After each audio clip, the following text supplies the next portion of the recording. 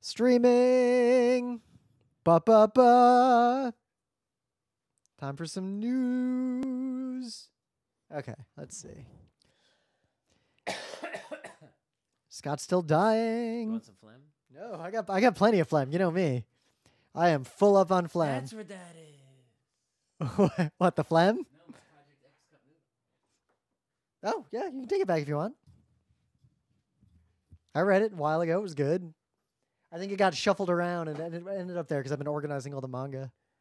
I was like, it came up like months ago, and I went to my shelf, and it was Project X Nissan Z, and it was Project X 7-Eleven. And you were just like, where's the cup Where's noodle? the cup noodle? That's the best one. That's the one that I'm talking about right now at this moment. Where is it? I got to dig out. All my pony trades are buried somewhere, but I got two I haven't read yet.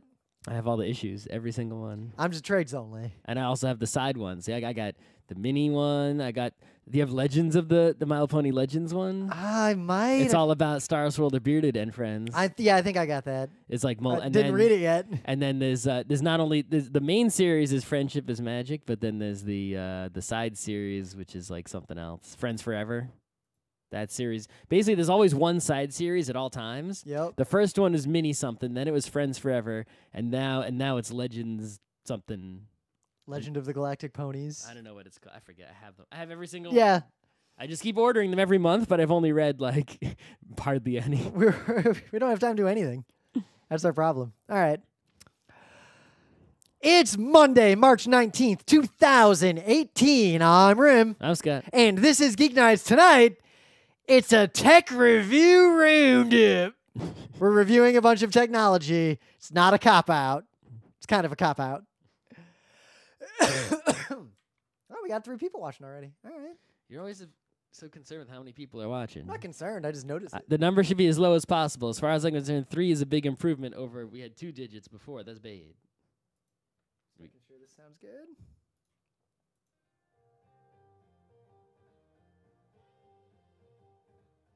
It's Monday, March 9th. Yeah, we're good.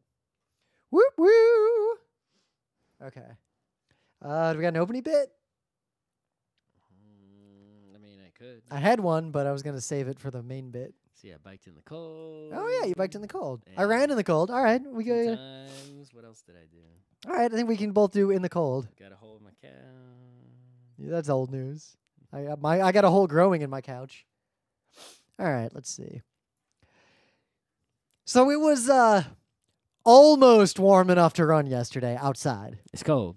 It's chilly. I went outside. It was at the line. If it had been even 1 degree colder, I would not have run outside. Mm-hmm. If it had been even 1 degree warmer, I would have been a lot more comfortable.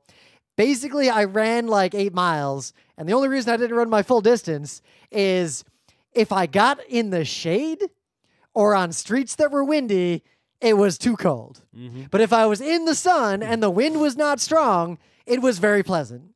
So as a result, I had to I ran this weird route. Like I looked at the map on Strava. You can see me clearly nope on some streets and cross the street to be in the sun. It just needs to be warm now. Even though I think we're getting yet another snowstorm. That's what I heard. Yeah. Meaning maybe I'll go skiing this coming weekend. At least I bought a new boot. My boots. Oh yeah, your boots like the bottom fell off. No, it's like they're that's the kind where it's all rubber, right? Yeah. And even on the top of your toes is rubber. Yep. And then without even I was walking and I heard this clicking noise. I looked down. There's literally cracks and giant cracks and holes in them. And I'm like, what the fuck? These were expensive. And then I remembered, oh, I bought these at my previous job when I was working downtown. That's how old these are. So I got new ones on Amazon that are way cozy. Zappos that are way cozy. Yep. But yeah, I'm doing this thing where someone convinced me to do this, and I foolishly agreed. I think it's a good thing. It's cool, and I would consider doing it, but I didn't. So. You would not like it. Why would I not like it? Because you are the kind of person who likes to do athletic things in a fast way. Yeah. And in an individual freewheeling way. I do like very organized, intense activity. Like I run races and everything. I think it's sort of weird because I think what the problem is there's all these different levels of groups, right? Yeah. So the group that I'm in is basically like a bunch of old people. And we're all like doop doop doop doop doop doop doop doop doop. It's all relaxing. Yeah, because that's some how of the you other bike. people are huffing and puffing, but I'm not. I'm just like doop doop doop. Yep. But and then the A group which is all like, the Lance Armstrong type dudes. Yep. I think that like it's like you're faster than me because you're all trying to be athletic. But I'm not as fast as them. No, you would not. I don't know if you would like be able to stay with them, right? So it's like, Well, I mean, there was a time they're all when like whoosh, and you're all like with your hybrid bike. Yeah, the real problem is I'm aerodynamically limited by that bike. Well, yeah. But yeah, I'm biking 10 weeks in a row, and I'm only allowed to miss 2 times. If I miss more than 2 times, they kick me out. So I'm missing packs no matter what, obviously. Yep, meaning you can't miss any more. Well, I can miss one more, but I can't miss any more than that. So it's like I could go to Passover with my family, but then, oh no. Like, then I really can't, but then I'm in big trouble. And so I don't know about that. So, but yeah, I'm biking in the cold, and even with... So this is what I don't understand. You say it was cold. That day, like, if I had gone biking, it would have been shorts and, like, 2 layers on top. No, I wore, 2 Saturdays in a row I've been biking, and I've worn, like, thermal pants thingies, the warmest socks. I biked to Radagast on Saturday last weekend. I didn't even wear gloves. The warmest socks I could find, and then I put in these toe warmer things that you open the packet, and it's like, right? And then... I don't like those things. Actually, I those love things can be dangerous in winter sports. You followed instructions anyway. No. So the reason they can be dangerous. And then I had covers to go over my shoes for the front. Oh, I've seen those things. But one of them interfered with my cleats. So I only had it on one foot. Yeah. I got to really crap cheapo ones at Amazon. I got to get the ones that are full boot shape. So you had a hot foot, cold foot? No, it actually they didn't really help that much. They were sort of a bad purchase. They didn't work too well. I can see how they would work because like my bike shoes. I think everyone else had the full foot ones. I think those because my bike shoes actually are. To say that they are not insulated is an understatement. Mine are not insulated. It's and they almost have big vents in them. Yep, it's almost like my foot is just bare in the wind. Exactly. But anyway, and then I had like 3 layers on top, and then 2 hats. It wasn't that cold, Scott. And then I had hand warmers and 2 gloves. Hand warmers? 2 gloves on each hand. I don't even use hand warmers skiing. And meanwhile, my fingers were like freezing, even though my hand was warm because of the hand warmer. What are you going to be like when you're 90? But then... You're just going to be like wrapped around a heat lamp? Like a lizard never moving? Yeah, on lunchtime, my fingers thawed, but I was still cold, even when I got home. Yeah, Scott, on that day, I biked to Radagast on a city bike without even wearing gloves. Yeah, what time? Like 10? Yeah, well, I started biking at 7. Yeah, at 7, it was only 4 degrees colder. It was way cold. Maybe 5 degrees colder. Everyone was cold. It was freezing. Yeah, but were some people in your group wearing shorts? No. No, none at all? No. All right. They're old people.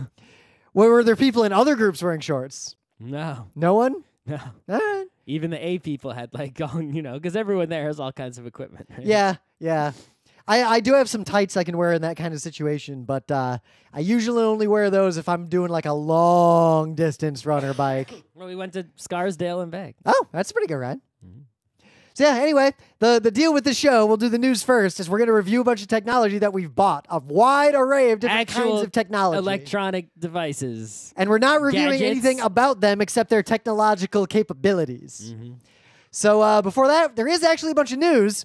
So my news is that this made the news. For the first time, as far as anyone can tell, a self-driving car that was driving itself. So a robot with wheels. Yep, a robot with wheels. A wheeled robot. Well, no.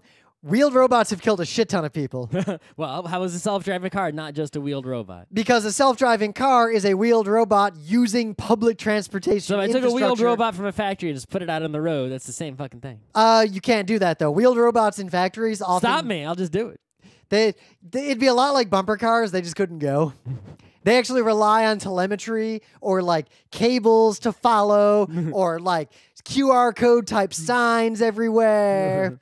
I have worked in places where there were those kinds of robots, and they were very, very dangerous to be around. You don't say. Wow, that was a long time ago. There were some that weren't that dangerous to be around. There were these big... Imagine a lame Tachikoma. They just give you a nice hug, like, hey, how you doing, Rim? They'd be like rolling along, puttering along, and if you're in their way, they'd stop, and they'd just have this really cute voice that said, please move, you're blocking me. Please move, you're blocking me. What if I just block it? They would just keep saying that forever. Move the tram car. Watch the tram car. Watch the tram car.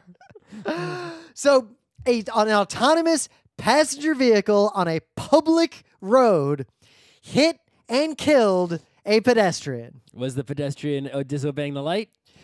They were crossing the street outside of a crosswalk, so they were jaywalking, as far as the investigation has determined. There's a lot of things to talk about. The details of this accident are not that interesting. It's an Uber car that happened to do it. Well, those are the shittiest ones of all of them, right? I don't know That's technology. what I've heard is that the Uber ones are the worst ones. Like the Yeah. Google ones are way bad. Well, actually, I heard the Apple ones are the worst. Uber's the second worst, and the Google ones are the best. Yeah, but I don't know. I don't want to get into those details, but Uber's response was to suspend all self-driving car testing. Like, Okay. across the board. Good. Fuck you, Uber. Yeah, Uber's evil. Let Google do it. Irrespective of this. I mean, if a Google car and an Uber car come down the street, which one am I getting in? which one are you vandalizing? The one that has Google Maps, right? So the interesting thing is that this made the news everywhere. Of course. Self-driving car killed a person. How many people were killed by human-driven cars today? Today, more than one person was killed by a human-driven car. Yeah. Not an AI, just an I. Yep. Also, Well, hopefully an I. I stand by my strong belief that the current level of kind of shitty self-driving car is better than the average human driver. I'm pretty confident that People seem to argue against this because the limitations of the current self-driving car technology means it only works in a few scenarios and stuff like that. But it's like, in those scenarios, Yeah. humans regularly kill each other. right. Like in the controlled environments, slow driving in easy cities, people get hit all the fucking time. Right. So the main thing I brought up this point many times, and I just keep bringing it up again, is that people they're so horrified of the self-driving car killing someone, which it did, Yeah. which is going to happen, but people are going to insist that the self-driving car be 100% safe before they let it go out of the road. I'm fine with that if we insist that human drivers have to be 100% safe. Sure, that's true. But the point is, as long as they're at least even marginally safer than a human driver, statistically, that means using them instead of humans will only save lives. Every single human you take off the road and self-driving car you put on the road is probably saving some fraction of a human life. And Therefore, if they are safer, even only marginally so, which means they will still kill people, they'll just kill less people than humans, then we have a moral obligation to deploy them as much as we possibly can. With the caveat that there is a cold calculus of the cost and resources of deploying them en masse like that might take away from the resources spent on other initiatives around healthcare, for example. Right, well, the resources of the whole world are deployed, right? Yeah, but no, your point. You can't bring the game of civilization into this one area of the car. But I'm saying there is a cold calculus there. But not getting into that overarching and kind of pointless argument on this low level. Humans are terrible at cars, and the sheer number of humans killed by cars on a daily basis is terrifying. I went to renew my driver's license. I got the fanciest one. I got the fanciest one as well. They didn't mail it to me yet, but I got mine a little while ago. All right. The what was required to renew the license after 8 years of basically not driving was laughable. Yeah, so I didn't even have It was an eye chart that was maybe 5 feet behind the person I was talking to. An eye chart that is the same everywhere, and you could have memorized. And he said, read the top line, and it was humongous letters. Yep. I read it. Look, They didn't test my driving at all. I'm legally blind. I'm not in the sense that I'm not allowed to drive a car without my glasses. I have real bad vision. Despite that, if I take my glasses off and squint, I can still read the top fucking line. Yep. When I first got my New York State driver's license, they made me take the written test, even though I already had a driver's license. They made me take the written test, so I took it. I didn't have to do that. I am of the mind that a human being who fails to get a perfect score on that test should never be allowed to drive ever. I agree. That test was questions like, what do you do at a red light? Yep.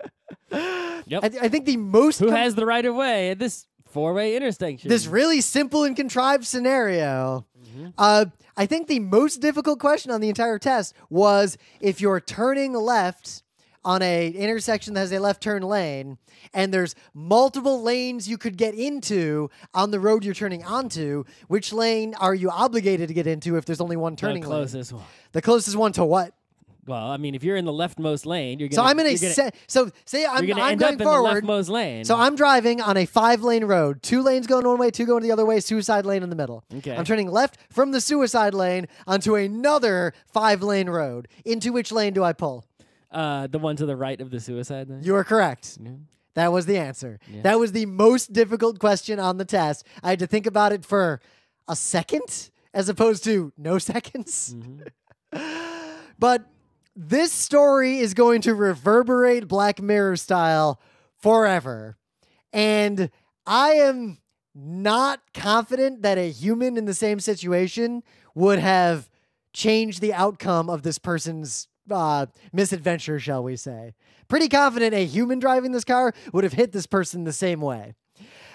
Especially because there was a human in the car with a steering wheel, gas, and brakes, whose sole job was to sit in the car and intervene if the car seemed to be missing something. And that person did not, in fact, hit the brakes. So, you got any news? I do have a news. So the big news that's going on right now is this Facebook something story that everyone doesn't know what's going on. There's So a lot of pieces to it. I can explain the story real easy, right? So there was a professor in the UK, and this professor made a Facebook app that was sort of like a cute little questionnaire kind of app. It wasn't really a big deal, but when people went and signed up to use it in those days, way years ago, they clicked like, yes, I agree. I give you permissions to get data from my Facebook account. Yes, yes, yes. And now that app collected all this data from people's Facebook accounts. Yep. When it was active. So nowadays, if you were to make a Facebook app, Facebook would not allow you to make an app that collected the amount of information that app collected in those days because they become much more restrictive. So a legacy app from the Wild West. So that app was gone, but the professor still had that data from that project.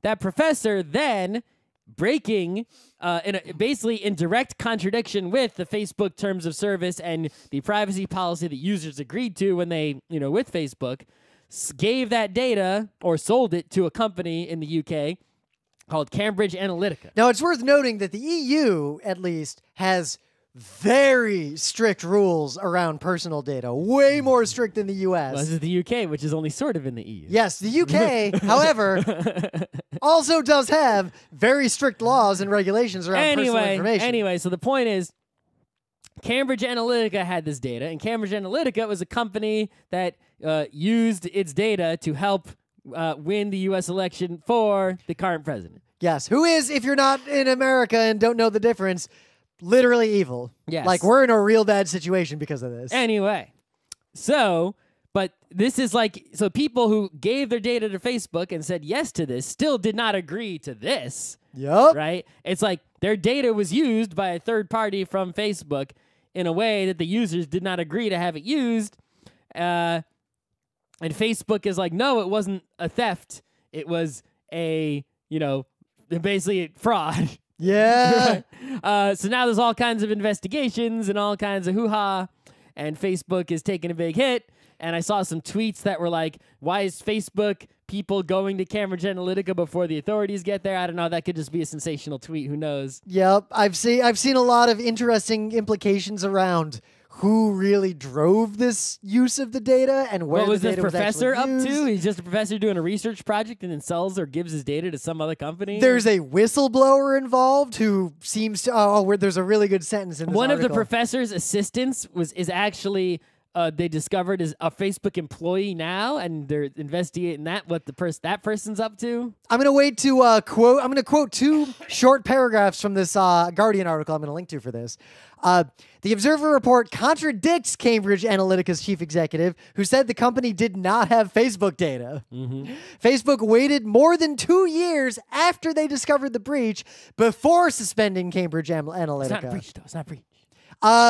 Cambridge Analytica has denied inappropriate use of Facebook user profiles, but a former employee who is now a whistleblower has emphatically contradicted that claim. Mm-hmm. The real issue here, like if you want to take away from this, is that understanding improper uses of personal data is nearly impossible, and the complexity of prosecuting it, getting any sort of recourse from it, this is going to tie up the courts for so long that I don't At even least want to the speculate. UK courts. Yeah. Anyway, the point is, as we've said on Geek Nights many, many times, probably since the beginning of Geek Nights, there are zeros and ones. Any data that can be turned into zeros and ones will be. And any data that has become zeros and ones, once it is shared in a non-encrypted way, can and will be shared infinitely with no control by you. The law can't stop anyone. A control around data that is a EULA, a contract, or a promise means basically nothing. For the same exact reason, you can't keep an MP3 from spreading to everyone and force them to buy your CD. The same exact rules apply. You can't keep everyone from sharing your phone number. Yep. So what do? In pure opinion, I think we do need a better and more nuanced regulatory framework around if data is used in improper ways to punish the people who so use. It will only work against people who are punishable, large corporations. Yep. Another part of this would be if data usage like this is used for, say, evil political things or espionage type things, then CIA, FBI should probably come down with a heavy hammer. Mm-hmm. People should go to jail, extraditions. Mm-hmm. Probably the most important one, don't give stodgy apps permission to use your data. Yeah, also don't trust, when you trust people, right, human beings, if I tell Rim something, even if he promises to keep it a secret, I'm now trusting Rim not to spread that to the entire universe. And if I share it with someone else, Scott is now transitively trusting everyone I trusted. Yes, this is how the world works. You cannot avoid this. You should opt to keep your data secret rather than share it. Even your most loved and most close person on earth, you should not tell them your password or anything ever. Yep. Now, even now, we have, so we'll talk about Unless this you're dead, then you can tell them. We have a giant new NAS, which we're going to talk about in the second half of the show, but we are both administrators of it, so theoretically we could go, I could just go, reset the password for her shares and, get into them, or, do troubleshooting. But the actual accounts we use day to day do not have shared access. Mm-mm. So even that thin barrier is better than nothing. Yep. Separate, and if you have shared resources, like Scott and I have some shared things we administer, but wherever possible, even though we could both do things to screw over the other person, the day-to-day accounts we use are separate. I'll go right into the next bit now. All right. Someone in the chat faked their driver's test. Good job. All right. But anyway, things of the day. What do you got for me? What did I have for you? You don't remember this? I'm trying to remember what my thing of day. Oh, I do remember what my thing of day was. So this is an old school thing of day from way back. It's not actually old. It's not being used again. But it's the kind of thing. It's the kind of thing of the day that we would use in the early days of Geek Nights. And I saw this and I said, man, that brings me back. This is a ball of matches. The matches that set on fire. They used to light a candle. 42,000 of them. 42,000 matches with green at the end of them, which looks cool. I like green. Yeah. And someone made a perfect sphere of these matches, and then they lit that baby up. Oh yeah, there was an entire genre of pre-YouTube video and early YouTube video that was basically, what would happen if you did this really inadvisable thing? Here's a video. Usually it ended with someone getting hurt. No one gets hurt in this video except the matches, I guess. And it looks really cool. This is a pretty good thing. I got a similarly low rent thing of the day. So this is just a very short scene from Rick and Morty. Nothing special there. Except someone has edited and replaced an object that is the center of this very short scene.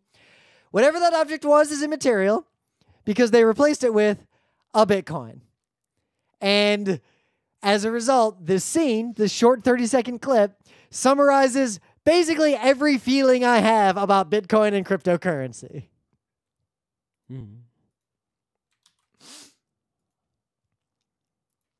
In the meta moment, the book club book is Emily Wilson's translation of Homer's Odyssey. Have you read any of it yet? I read the same amount that I read last time. You haven't even met Telemachus? No. Well, I know who that is. It's Odysseus' son. What's he do? Do you remember what he does? He looks for his dad. He goes around to like all these people saying, I'm getting the impression. where's I'm starting Odysseus to at? I'm starting to realize that almost everyone we know read the Odyssey in high school, and I'm pretty sure almost every high school. I didn't. Really, you didn't? Nope. In ninth There grade. was a mythology class. I did not take it. I took. Oh, different- we I just took did it this other. in- I we- took other classes instead. We just did this in literature class. Okay. We We had choices of classes. I took like sci-fi class and I took Shakespeare class. And Nope. Ninth grade, we read like basically like all the Greek tragedies and the Odyssey. I took public speaking class. I took all these different classes. I didn't take the mythology one. That wasn't mythology. That was just literature. Like Antigone was just like part of literature. We didn't have a literature class. We had choices of, We had those too. Like I could have taken a dedicated Shakespeare class, but regular English class, you read a Shakespeare every year. we didn't have just English class. We did. After like ninth grade. Oh, we just had English every year, and then 12th grade was. I took hippie literature class where we read 12th grade was all kinds of anti-war AP English. So anyway, but I get the impression that almost everyone we know who read the Odyssey in high school, they started them with the Odysseus part and just skipped the entire actual beginning of the Odyssey, because the Odyssey begins with Telemachus wondering where his dad went. You don't even meet Odysseus until well into the Odyssey. You get this cutaway to like, what was Odysseus up to during all this?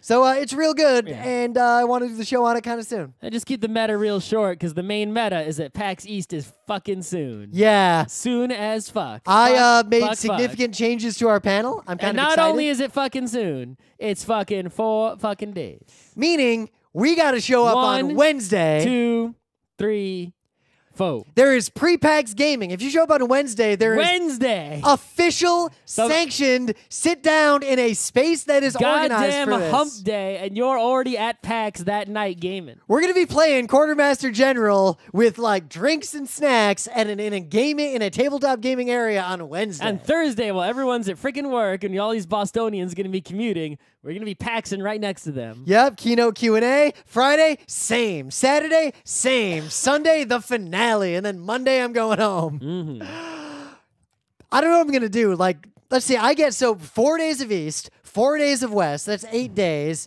11 when you add in South. 14 if you add in Unplugged. 16 if I add in Dev. I go to a lot of PAXs. And You that's basically spend half a month a year at PAXs. yeah, I don't know what to do about Half this. a month to a month of every year. It's like 1/24 of every year. This, friends and fans of Geek Nights, is why... That doesn't count MagFest also. That's only the PAXs. Oh my, which is also 4 We days. basically spend like a 1/12, almost 1/12 of our lives at PAXs. So if you asked us to show up at a convention that you like, or you are a convention and you've emailed us over the years and asked us to come, that is why we either just don't respond, or when we do respond, we usually say sorry.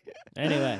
So yeah, come see us at PAX East. It's going to be awesome. And on Sunday at 10:30 a.m., we're going to be doing a panel that we only did once before. We tried it out at MagFest at work. Now it's legit. Clickbait title, non-clickbait content. All right, that's enough for that. So let's get right into it. Scott had this idea, and it's actually a pretty good idea because we buy a lot of technology.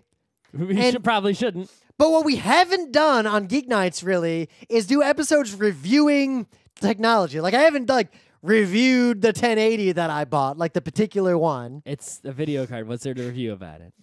Price per dollar, not price per dollar. How different is it from any other 1080? Price per performance. I could have spent more to get an overclocked one. Would It have has an mattered now. HDMI out and a display port out, and it works, and it plays games fast, and it renders a video. For most people, it is overkill, even if you're a crazy gamer. Like, if I didn't edit video all the time, I actually would have gotten a 1070 instead. But anyway. I'd have a 1080, but I have a 1070 because of the problems. So I have a 1080 because I bought my video card before the troubles. Yeah, but the 1070 is actually not causing me any troubles. Now I'm thinking hey, you know what? I was like, man, I should buy a video card for the HDPC because I took the 1070 out of it. But Just do the Steam stream. Hold out. But now I'm like, you know what? I just won't buy a video card for that. I'll Steam stream only, and Wait, and then eventually maybe buy the 1280. Yeah, I'll put buy it in your regular computer. Cascade the old 1070. Is plenty good for me. I'll just stay put. Yeah. So I got Save my money. I got a 1080 here. and I got a 460 in the HTPC. I got an integrated one in the HTPC. My HTPC is way newer. Yeah, my HTPC is from early 2009. Mine's from like less than a year ago. So what we're going to try out here is we're going to review. Maybe it's older now. We're going to review in semi-random order a bunch of tech we've bought, and hopefully, one, we'll give you some interesting commentary, and two, this will give us a sense of what kinds of technology would actually be worthy of doing like dedicated GeekNights reviews of. I don't know. So we'll see. All I'm right. just gonna. I just found all the things I bought on Amazon recently. They're remotely relevant. Mm-hmm. So you want to start, or should I start? So the thing that I bought most recently on Amazon is remotely relevant. Is something that everyone needs to have, which is a USB to serial ATA adapter thingy. This way, I mean, I had one of these, right? But the one that I had was the oldest one I had was actually the IDE, right? Then I bought a serial ATA one, but I don't know what happened to it, so I bought a new one. That new Did you buy the cables to go one, like that one that everyone buys? No, so the one that I bought that I found in my desk drawer at work was only for 2.5-inch drives. It was basically USB on one end, serial ATA on the other end. Oh, I got one down here somewhere. But it didn't work on a 3.5-inch drive because it didn't provide enough power to spin up the motor, right? So I went on Amazon and I was trying to find one that would be like because you can never tell, like, is this one a good one or is it a bootleg crappy one, right? So I just want to let people know. I got this guy. If you got a serial ATA drive, no, I just have the little cable. I don't have a box. Oh, like there's that. a drive in here. Yeah. If you want to What is this connect drive? an internal hard drive to a computer via USB, you should go on Amazon and buy the Ugreen USB 3 to SATA adapter. It comes with a little power supply thingy, and now you can power up a 3.5-inch drive. It will totally work. And it's USB 3, so it's pretty fast. It was good. Oh, It's a must-have device for anyone with drives and computers. this is the SSD I bought back when SSDs were real expensive that eventually died. I spent like $400 on this thing. Okay, something else really small that I bought is, in my HTPC, I have an optical audio output, right? But my Nintendo Switch sends audio to the PC via HDMI cable, and then the TV has an optical audio output. So I get these two optical audio outputs, but my speaker system only has one optical input, so I got a switch. And the Switch that I had for many years was large, but it totally worked, and it had a little remote control. I'm going to admit, shamefully, I'm still just using the speakers in my TV. Whatever. They're not great. Like, I'm not going to pretend they're... I am not the kind of person who's going to say they're fine. They're not. I'm just too lazy to do anything about it. Anyway, so They're the opposite of I had an fine. optical audio switch, but the remote control broke because it was a cheapo model, right? So I'm like, man, I should just try to fix this remote control. So I tried and I failed. And the thing totally worked. I just had to get up to push the buttons on it to switch it, and it was large. So I went on Amazon just to see how much is a new one. You know what? A new one was $15.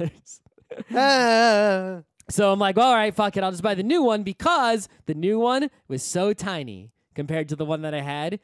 Now it's completely hidden. I freed up all this space in my home theater system because it's just this tiny little box. You don't even know it's there. And there's like a little the remote control infrared receiver is on little wires. You can hide it somewhere, and you can put the box hidden in the back, and you don't see it. But the thing is, the one that I originally ordered, I want to let people know, the Portra 3-port 3x1 digital audio optical switch. What I actually received when I bought that on Amazon was not a switch, but instead the opposite of a switch. Something with many outputs and one input. So I returned that, and I instead ordered the JTech Digital Premium Quality SPDIF Toslink Digital Optical 3x1 switch. And that indeed was a switch with a remote control that totally works. So if you've got many optical audio sources and one optical audio speaker input on the speaker end, buy one of these guys, and it totally works, and it's cheap. All right. I'm actually looking at, because Hitman in the forum always talks a lot about, like, he knows soundbars pretty well. I'm thinking about just buying one of those soundbars. Soundbars ain't bad. And just plugging it, because unlike you, there is only one thing that ever sends audio that I care about to the TV, and that's the HTPC. Mm-hmm. And I guess the Switch would be a second, but it's just HDMI, so it still goes to the TV, so I can just go out of the TV into a soundbar and not worry about it. if you're not doing surround, the reason to do the optical audio is for the surround sound. Which I just gave up on. I let that ship sail. Then it doesn't matter. Yep. Soundbar's just fine. So I'm thinking about it. I also got the better than what you Sonus got, device. that's for sure. Yeah. So I bought recently a whole bunch of USB cables from Anchor. Why is that a story? So I want to review them because so the other day, like a while ago, I was traveling, like about a month ago, and my phone started running low on battery because I was using it heavily and I was out a long time before I'd like be anywhere to charge it. So I plugged it into my Anchor in my pocket and it just didn't charge. Mm-hmm. That was a problem. So I threw that USB cable away because clearly the USB cable was faulty. Mm-hmm. And over the next few weeks, I had this happen to me like 9 times.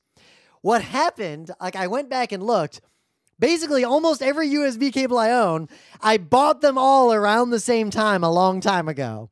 And they all just wore out in the same way. USB cables, well, the previous generation of USB cables, not the modern like USB-C stuff, the USB micro with the little springs, they wear out. They have a limited number of times they can be plugged in before they start to lose their contacts.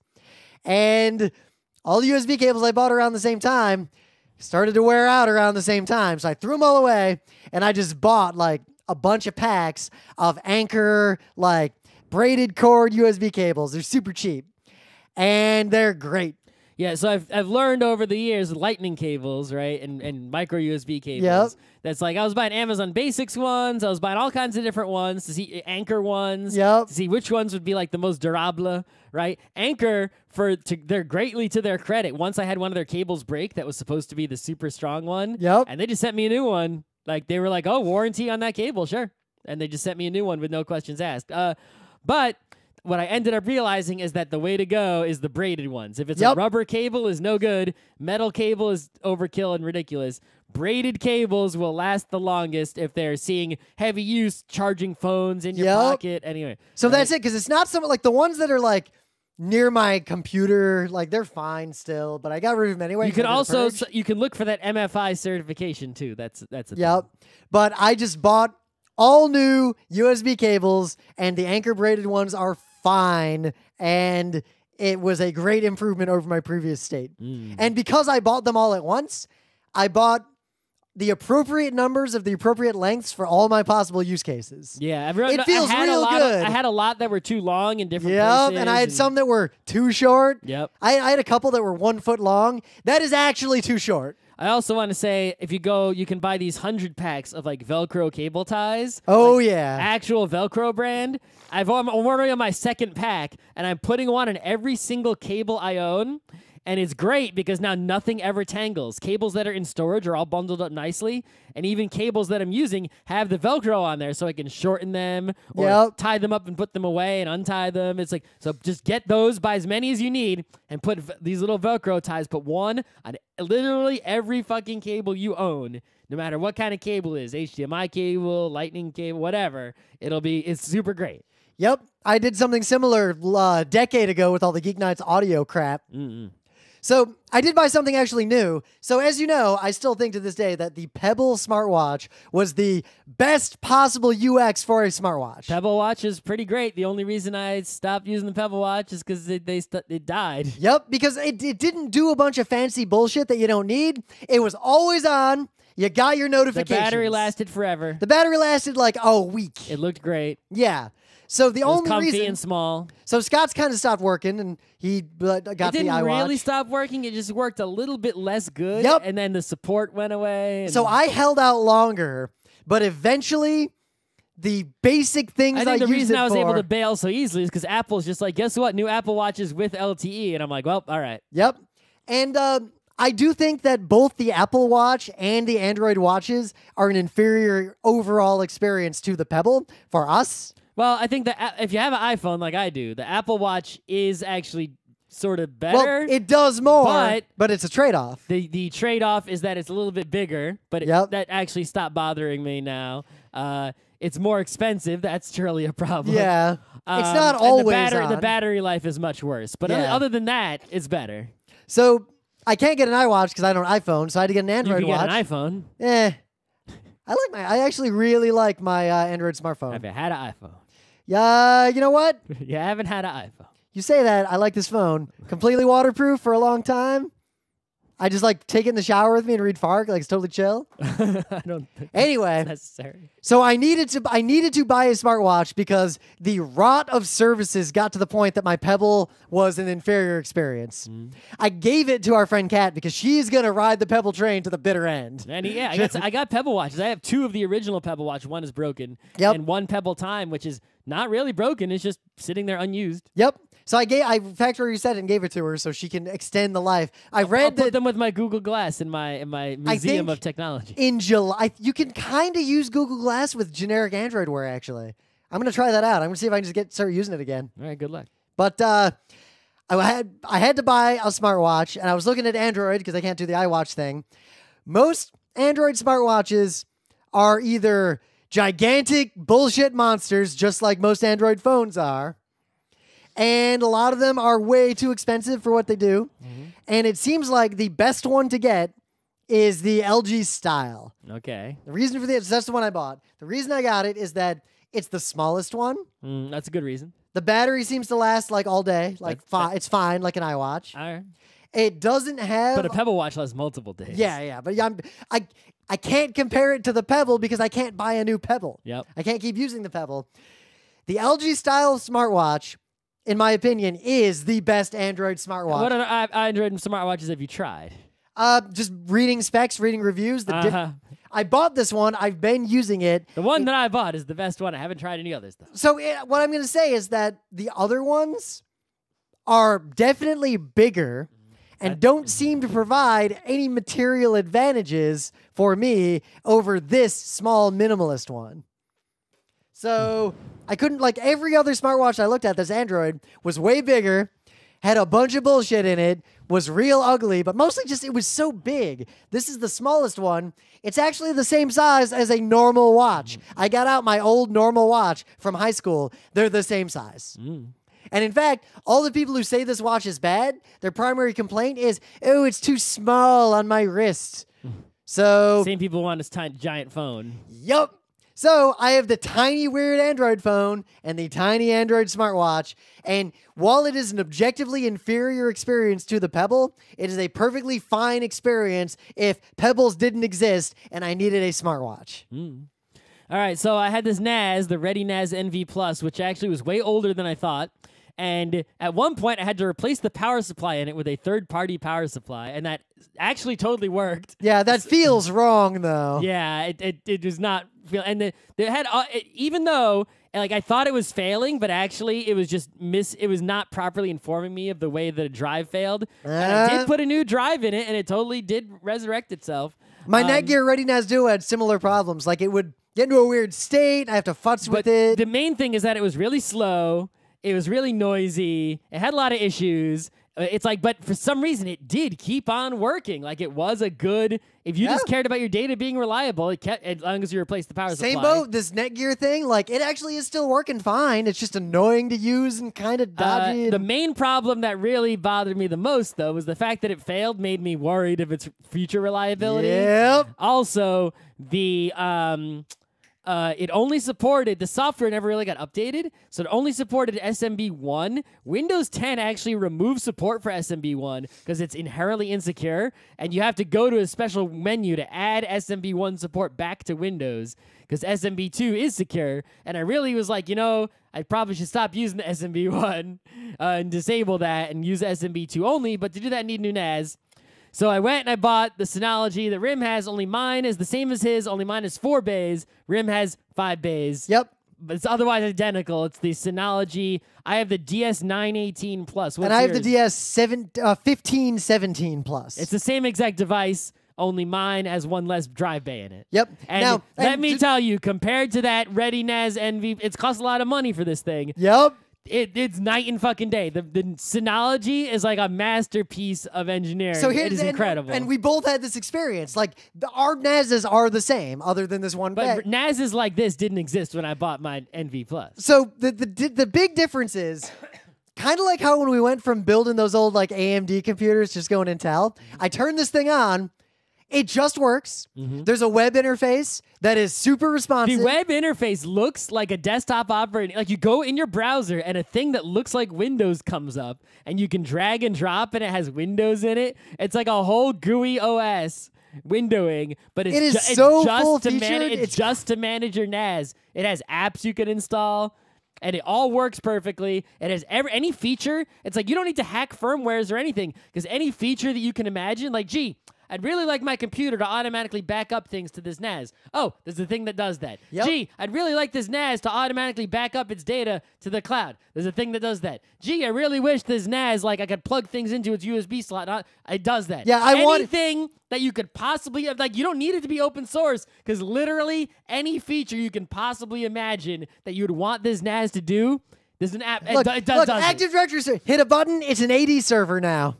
a DHCP server. It's a web server. There's like nothing that I could It'll run possibly want it to do. That I think it you can doesn't run. do. You can run like clouds. I can run Java bullshit on it. Look at Right. this. Node.js. It's super quiet.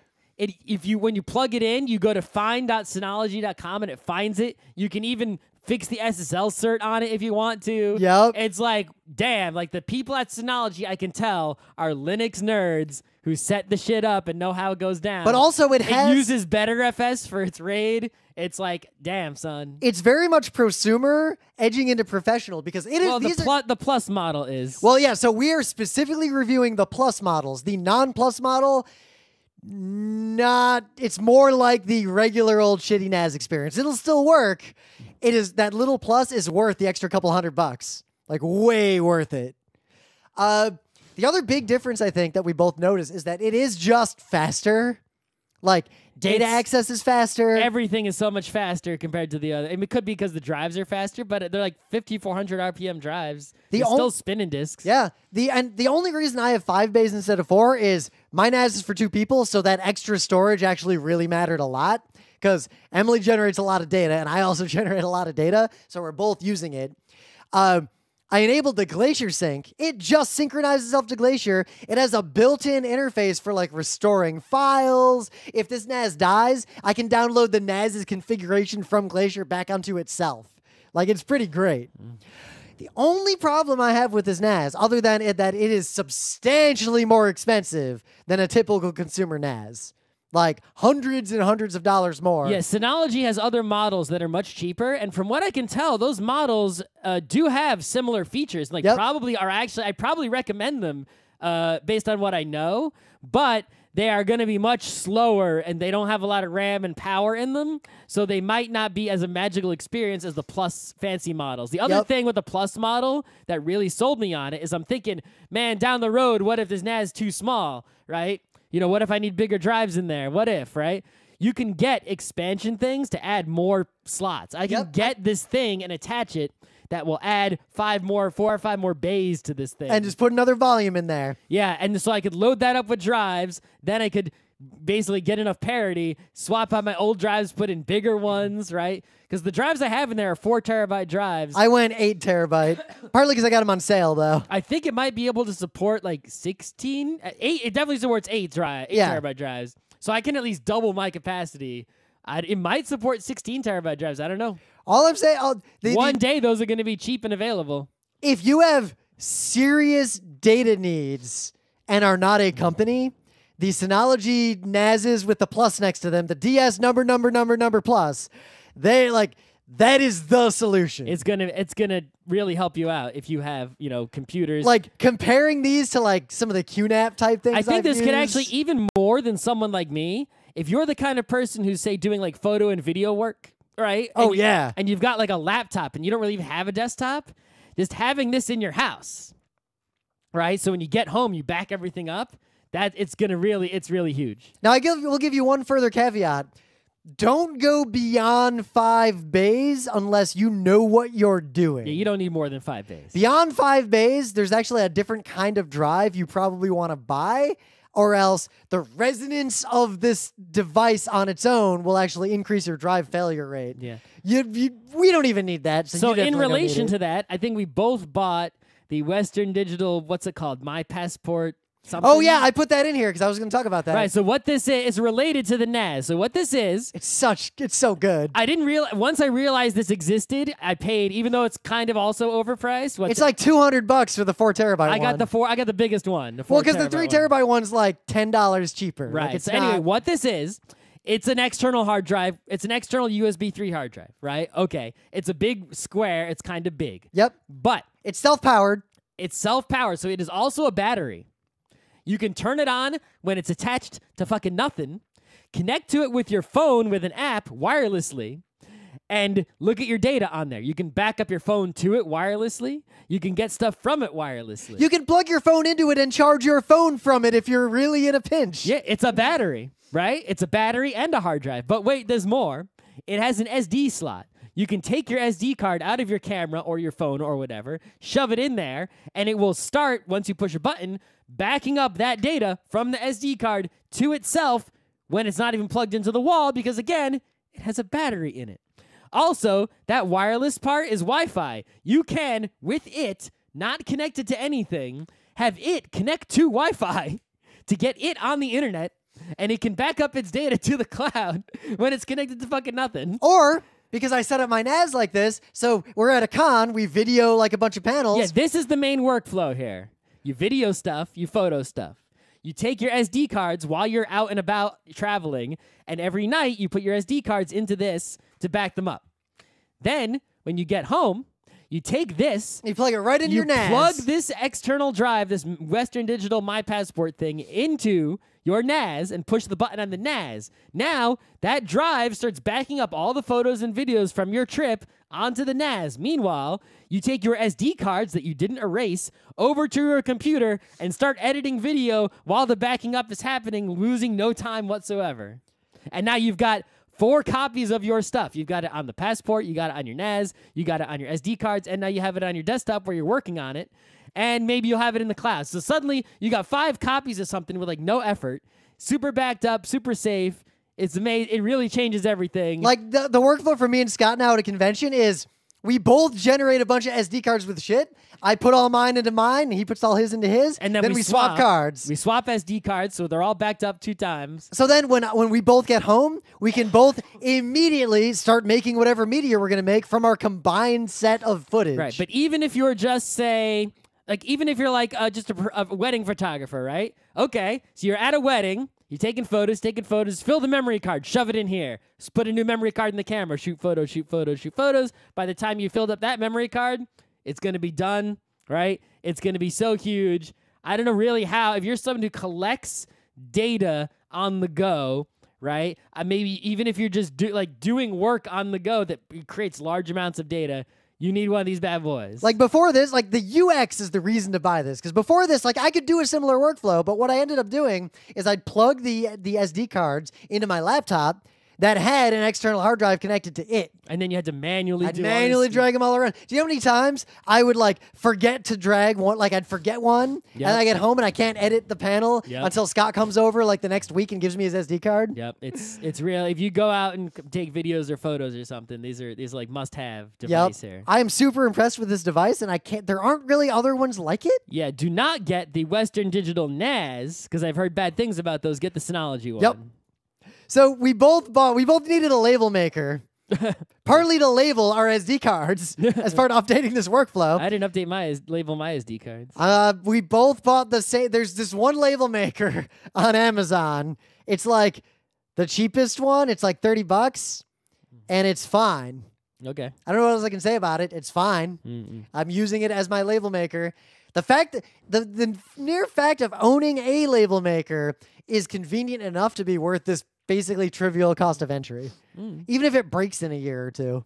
It was so cheap. I used it to label batteries, so I know, because labeling batteries is a great idea. Yep. If you've got, say, something that has like, let's say you got a GoPro, and you got 5 GoPro batteries, right? You label them 1, 2, 3, 4, and 5. Always start with one. Now you know which ones are the ones that are full and empty, right? Without having some sort of system of like flipping them or whatever, right? Yeah, those I had all those systems. This is so much more elegant. Labeling them all is way better than what I say. Yep. All right, so something else I want to talk about here. All right, what do you want to talk about? So, for many, many moons since like 2000, before GeekNights, I always used Etymotic headphones. I had the 6i, which was the white ones that went with iPods. Then I upgraded to like the HF2, HF3 ones, which had the controllers, which were for iPhones. And I went through a few of those, and the thing is, they were effectively perfect. They did everything I wanted. They sounded great. I didn't sound the best, but they sounded great. The isolation was incredible. You'd put them on, and you could stand next to a subway train with your volume down real low. You'd hear your music. You wouldn't hear the subway. I used the exact same ones for a long time. Your hearing was protected. It was fantastic. The controls on the wire worked great. Everything was great, except the problem with every single Etymotic I've ever had, no matter what model, is that the wires were flimsy as hell, and what would eventually happen over months or perhaps a year or two of use is that the wire near the jack would become stressed, and you could tell that it broke internally because music would cut out, and you'd wiggle the wire near the jack, and if you held it in just the right position, you could hear the sound again. But if you let go, well, then it would cut out again because the wire was broken inside the rubber cable. They never made ones that had, replaceable cables. All they had to do, they didn't have to make one with a completely replaceable cable where the cable goes up to the actual earbud. They just had to make it to where, like, maybe the cable ended around your neck, and then there was a little, jack where you could swap it out. Because the part that always broke was the part that was in your pocket. Yep. Anyway, so the Etymotics broke again, as I thought they would, and I may yet still RMA them, which is all. They've always honored my warranty, even when I've been way beyond warranty. But I decided to to try out some wireless headphone option instead, because, well, wireless, you don't got to worry about any cable damage, right? I will admit that the non-Apple wireless headphone experience generally sucks. Yeah, so I've had Bluetooth headphones before. I have some I was going to review. And they're always a pain in the ass because the Bluetooth pairing really sucks. So I looked, the new Apple Bluetooth, whatever, has this thing where there's certain headphones that use like the wireless Apple standard, and they, quote, just work. So one of our listeners, Luke, suggested he's a big fan of the Beats X wireless in-ear headphones. I mean, Beats kind of turned me off because, it's Beats. I mean, I bought Shure in the end. That's what I'm using for this. But I went and I bought them just to see how they were. I figured I could return them. And here's how they are, right? So on the first problem I had when I got them is that the wireless part, it is, once you do have it hooked up to your iPhone, it's pretty great because, like, you turn them on and it's paired, you turn them off unpaired. Once you pair them with your iPhone, your Apple Watch and your iPad both know about it now. So you can easily I went to my iPad, I pushed one button, and it just switched. It moved from the iPhone to the iPad immediately. It's super great. The pairing works. The thing is, it took me a while to get used to turning them on and off. I had to turn on and I wasn't used to turning my headphones on and off. Now I am. But until you get used to that, it was kind of annoying. Like, why isn't music coming out? Oh, I didn't turn my headphones on. Yeah. Right? They do have a battery that will run out, but it lasts so long, I've never had it run out. You do have to charge it with a lightning cable, which, okay, so I charge my headphones at night. It's a thing I have to remember to do, but I got used to it. It's still not as good as wired. The two problems with it, the negatives, and I think this might be the only negative. Oh, the sound, first of all. You can see the drivers on these are like way bigger than the drivers on the Etymotics. And they sound way more bassy and way more like fun. I guess that's what Beats are supposed to sound like. My Shures are pretty much the same way. Like, they have this giant driver compared to the Etymotic. You can, they sound more fun. I don't know if they sound better. For certain kinds of music, it's that's the debate kind that of moods. we wouldn't really get into. But there's a difference between headphones that sound good for listening to music and headphones that are a pure experience, which really only matters if you're doing editing a podcast. So I can't really judge the quality of it so much, but it's definitely a different aesthetic to the listening experience. Yeah. So the negatives is that one. They're not like comfortable in my ear, and there's multiple earbud choices, like to different rubber bits you can put on. Oh. None of them felt great, and none of them sealed to isolate my ear at all, really. And when I first began using them, I was very frustrated with the lack of isolation because it was in such stark contrast to the Etymotics. Because the Etymotics kept wearing out, I went with the Shure route instead. I got the Shure durable ones, the SE215s. Yep. They're invincible. like I can replace the cables if they break. Oh yeah, no, I mean the durability is not a concern. Yeah, right? but also they have the flange tips. They are flange tips. They're just not. They're just the triple flange. They're 2 flange. Nah, you need the 3. Well, they don't have a 3 flange. But I have the 3 flange, but I tried out the Shure, just like the foam thing that you roll up and expands in your ear. Perfect isolation. It's just great. I don't think there was a foam thing that rolled up in my ear. There were 3. I think there were 3 sizes of rubber bits. See, I got this thing. Giant, medium, and small. This is the style I'm using right now. And none of them felt great, and none of them isolated great. These are like way comfortable. Maybe I can go get some different ones somewhere. But yeah, the you ones probably can. I have some extras. They might fit actually. I know the ones that came with it were not good. They don't isolate and they're not comfy. See, I got all these different options that came with mine. Yeah. What was the other negative part besides not isolating and not being comfy? There was something else that bothered me about them. Yeah, because I use the Shures. They're wired, but I don't really care. Oh, I remember. So because they're all Apple-y and Bluetoothy and whatnot, right? I pulled out my Nintendo Switch and then I was like, Oh, there is no way for me to connect these headphones. Oh, see, my Shures to this Nintendo Switch. They're plugged into my phone. I think, I'm going to play my Switch. Right. I just plug them into my Switch. The Etymotics are normal wired headphones with a wired jack. I could plug them into a Switch or a DS or whatever it was.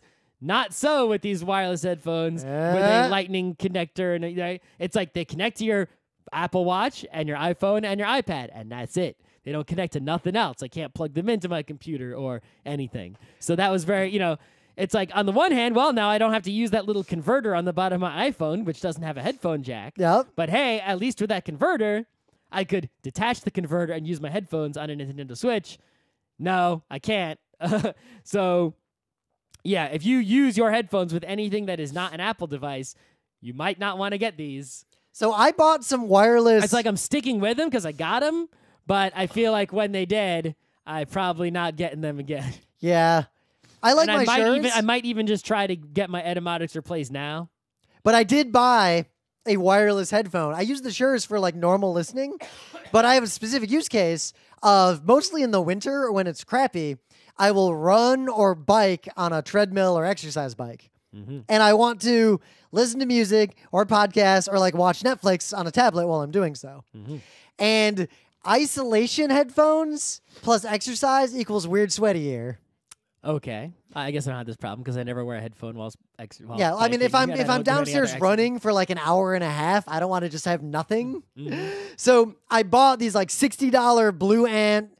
I don't know what that brand is, but these over-the-ear Bluetooth wireless headphones. It's one of those cheapo brands, yeah. Yeah, they're like $60. I had ones like that at work. Those are the ones that were difficult to pair, but otherwise, the ones I bought were August brand. Yep. And I had them at work, and they were actually amazing once I got them paired and working at work, and I would charge them. They sounded great. They were actually the most comfortable headphones, over-ear headphones I've had. It was like a square around my ears, so cozy. The reason they died is simply because they were so cheaply manufactured. The plastic band that went over my head cracked. And like the rig. The rig was so comfortable, and then it just snapped in two, and I was like, well. That was pretty much the same situation. So these are made specifically for exercise. Those look good.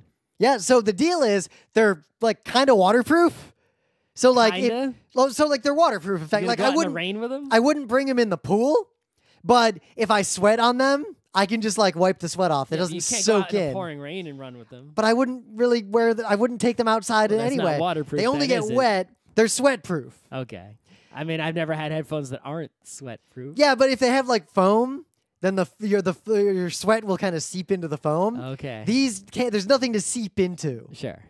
2, the batteries last a long time. They isolate pretty well. The pairing was interesting though because 1, I can just plug a 3 1/4-inch jack into it. Yep, that's the kind that I had. Yeah. So I can plug it into like a device. Yep. But also, the quick way to pair it is as NFC. I just hold them up to the back of my phone, and then my phone goes up. We're good to go. And it just works. Mine did not do that. Now, while they're paired, sometimes the Bluetooth just works, but you know how Bluetooth is finicky and sometimes it doesn't. If it ever doesn't seem like it's just going to work, all I have to do is hold it up with the NFC and it just instantly works. That was pretty clever, and I'm pretty pleased with that aspect of them. The sound quality, though, is not great because they're cheap, but it's good enough for a podcast while I'm like lifting weights for an hour. Yeah, the August Bluetooth ones that I had, the sound quality was much better when you plugged them in with a wire than when you used the Bluetooth. The other reason I want the wire on my Shure isolations is that occasionally, and I did make sure I was using the right Bluetooth profile. It wasn't that. That was. I do like when I'm rejiggering the GeekNights audio or I'm mastering like a video that I really care about. One thing I will do is I'll play parts of the audio. Not just with my monitor headphones from the mixer while I'm editing, but also from cheap headphones plugged into the mixer, and also with my isolation earbuds directly into the mixer to make sure I'm not optimizing to make a poor experience for like a normal person. So if I had like iPhone-y, Apple-y things, the only way to test that would be to like play back the audio that I exported from the editor on an iPhone.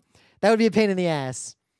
So the fact that it's wired is actually still a use case for me. All right, this is long enough, and I'm hungry, even though there's a lot more. So I'm going to things skip the about. Oculus review. I got a bunch of stuff I'll just skip. Like, there's so much stuff I could talk about, but you know. Give us feedback. Was this interesting? Useful? Should we do this again? Because this is an easy way to knock out a bunch of Monday episodes. Lazy bones.